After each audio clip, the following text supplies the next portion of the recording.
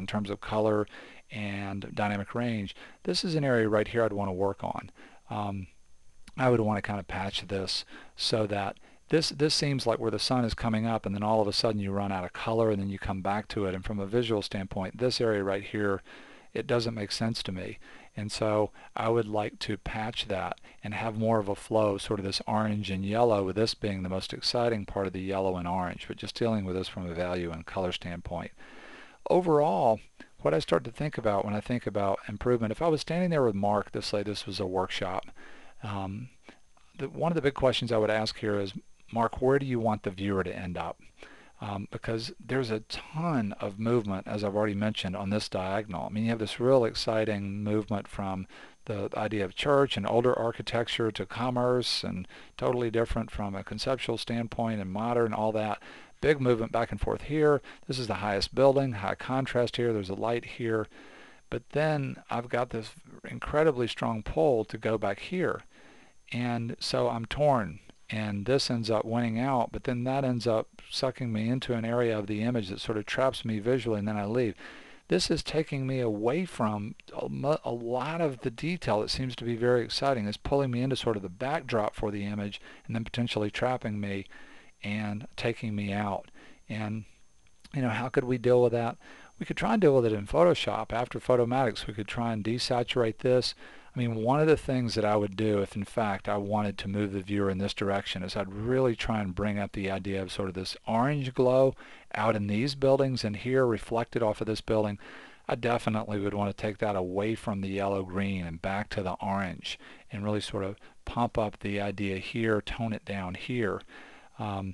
You could look at more of a vertical or more of a square kind of composition. Talk more about that in just a second. The other area of the image, from a color standpoint, I'd change is I would push this more towards the yellow-orange. You could have some of these kind of fluorescent greens that are out in some places in the image, but for me, being right here, this really starts to pull me into this now as another competing idea, and I don't want it to do that. I'd really sort of like to just keep moving past this. And if we move that towards orange, it'll blend in more and harmonize more with the area over here that I want to draw attention to.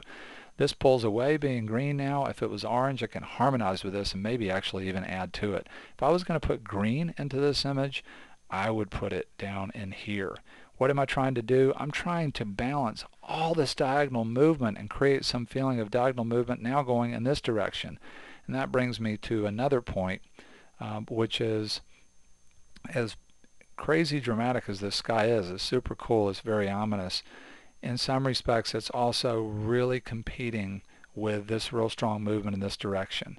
A lot of times, if I'm designing a shot, let's say I was shooting this for a client, in a perfect world, what I would be trying to visualize in my mind is actually a big cloud bank that could reflect this in an opposite kind of way. So in other words, I could picture some big hooking diagonal that would point back in to this building. Because of this composition, this is where I feel like I'm going to lead the eye. And what's happening is you've got these clouds that just cut straight across, and they're literally cutting off that energy, literally cutting off the tops of the buildings and all this movement.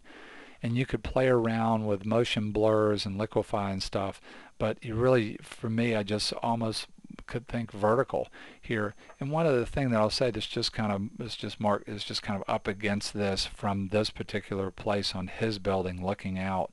That's this area right here. In a perfect world, for me, this is just kind of a dark pedestal or something with just a little bit of detail that the image is based on. But the way this is right now, there's a ton of detail here, and it really draws my eye. And it's just very different than sort of anything else in the image. You get a little sense of the top of a building here, but for me, this just kind of overwhelms visually. This is one where I might play around with scaling. Maybe you try and scale this part out of the image.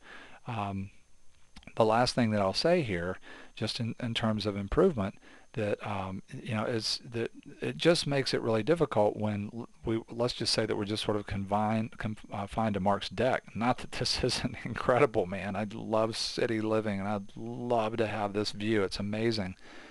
But from the standpoint of shooting a shot, when you start to be more and more limited as far as where you're standing and shooting a big scenic, boy, does it make it difficult?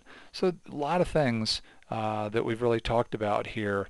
I come back to what I initially feel about this image, which is wow. It's crazy dramatic from a color standpoint and very dramatic from the standpoint of moment. And want to say a big thank you to Mark for sharing this very beautiful, very dramatic cityscape with us on the Mindful Eyes Daily Critique.